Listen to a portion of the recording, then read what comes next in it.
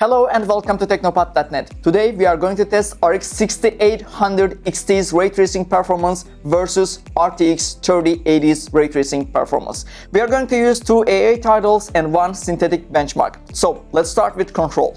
We are playing a game at 4K resolution with high settings and ray tracing is also set to high. We get minimum of 16 FPS, average 19 FPS and a maximum of 22 with RX 6800 XT. When we switch to the RTX 3080, we get minimum of 26 FPS, average 32 and maximum 39 FPS. The difference is 68.4%.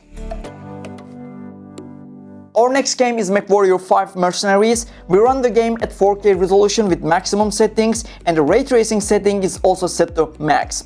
We get minimum 10 FPS, average 16 and maximum 23 with RX 6800 XT. On the other hand, RTX 3080 gives us minimum 23, average 34 and maximum 49 FPS, which is 112.5% higher.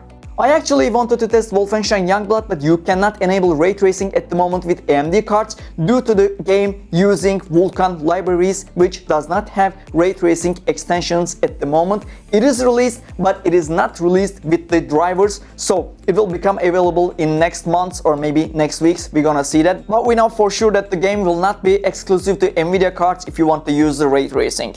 So we have another test suite from 3D Mark. It benchmarks the ray tracing performance of the cards and we start with RX 6800 XT. We get 25.20 FPS, which is below 30, and when we switch to RTX 3080 we get 45.10, which means it is 86% faster. And if we sum the three results and divide them by 3, we get 88.9% higher values with the RTX 3080. With the Nvidia cards, to overcome the FPS drops of the ray tracing, you can enable DLSS, which AMD does not have at the moment, but they're working on it. We don't know when it's gonna be available, but we would like to test them both with their own technology to test what is the new performance when ray tracing is enabled. Okay, last question. Do you need ray tracing?